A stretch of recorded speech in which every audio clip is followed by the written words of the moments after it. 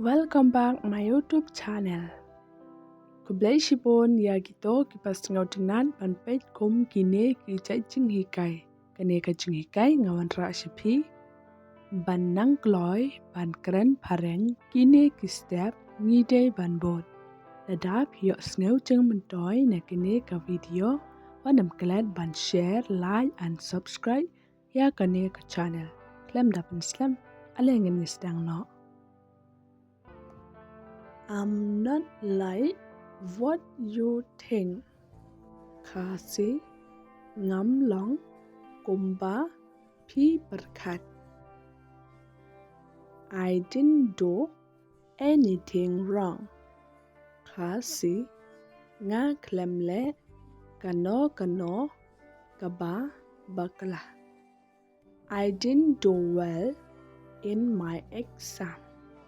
Kasi nga klemle bah ya ka exam jonga. I will try to convince them. Kasi ngan persyang ban penbor yaki. You don't need to convince others. Kasi him don't come ban penbor yaki way. Expect good things. Kasi kami lenti ya ka kababha. Don't expect me to believe you. Kasi what kami lenti ya nga bangan ngej yapi. All we can do is wait and hope. Kasi baro kabangi la panle kalong ban up but germen. I don't want to interfere in your life. Kasi ngam kwa pantuklar ha ka jing im jongpi. I don't have much to say. Kasi ngam don shibon ban ong. Just stay happy whatever you are. Kasi tolong kibagamen haba pidon hang no. I don't have any information about that. Kasi ngam don kano kajing tip syapang kata. I think this is a good idea. Kasi nga tharai kane kajing mod kalong kababha. This will help me a lot. Kasi kane kan yarap shibun yanga. We will think about it.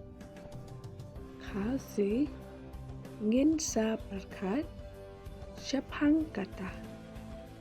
But as of now, I don't want to say anything. Kasi henry yamanta ngam kwa ban ong You need to focus on yourself. Kasi pi don't come ban penlek jeng mod halade. If I hurt your feelings. Kasi lada nga penmong ya kajing sngew jongpi. I know it's not easy for you. Kasi ngatip kamlong kabasuk yapi. In our life, what we really want. khá sĩ ha cả chính im cho nghĩ cả ấy cả bá nghĩ quả ệ will never come easy khá sĩ kan van da cả bá sục. Thank you for your suggestion. Khá sĩ khúc lấy sĩ bốn ya cả chứng ai chứng mốt trong phi. Thank you for your time.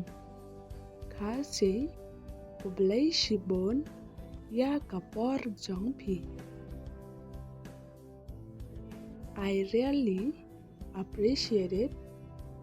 Khá sĩ nga daya ro shisha. Even though I'm nothing. Khá sĩ what là đã ngắm long ấy ấy. I love to be with you. Khá sĩ nga ý bàn đón bắt phi.